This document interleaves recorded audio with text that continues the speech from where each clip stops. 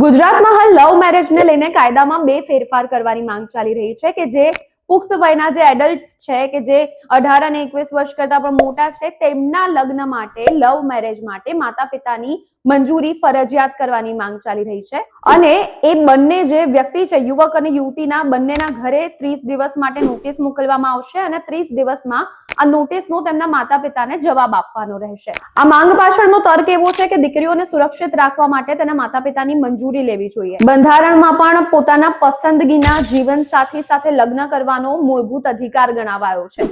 અને તેના માટે માતા પિતાની અથવા તો કોઈની પણ મંજૂરી લેવાની કોઈ જરૂર નથી હોતી।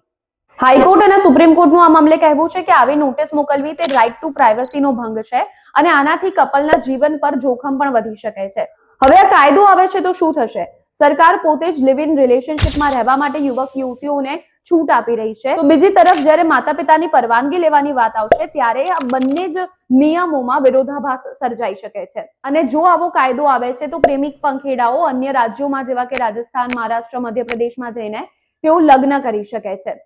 કારણ કે આ કાયદો તેમને લવ મેરેજ કરવાથી નહીં રોકી શકે। માત્ર જે પુરાવાઓ છે, કાગળિયાઓ છે કે જે એવું સાબિત કરે છે કે આ બંને યુગલોના લગ્ન થઈ ગયા છે તે કાયદાકીય દસ્તાવેજો આપતા રોકશે, પરંતુ તે જ દસ્તાવેજો આ પ્રેમી પંખેડાઓને અન્ય રાજ્યોમાંથી સરળતાથી મળી શકે એમ છે। મહત્વની વાત એ છે કે હજી સુધી આ કાયદો આવ્યો નથી, આ કાયદાઓમાં બદલાવ કરવા માટેની માંગ ઉઠી છે અને જો કોઈ પણ નિયમ પ્રમાણે અન્ય બંધારણના કોઈ પણ કાયદાનો ભંગ થતો હશે તો કદાચ સુપ્રીમ કોર્ટ અને હાઈકોર્ટ તેવા કાયદાને પસાર નહીં કરે। આ કાયદો ગુજરાતમાં લાગુ પડવો જોઈએ કે નહીં, તમારું શું કહેવું છે તે કમેન્ટમાં જણાવજો અને આવી જ ઇન્ફોર્મેશન માટે ફોલો કરવાનું ન ભૂલતા।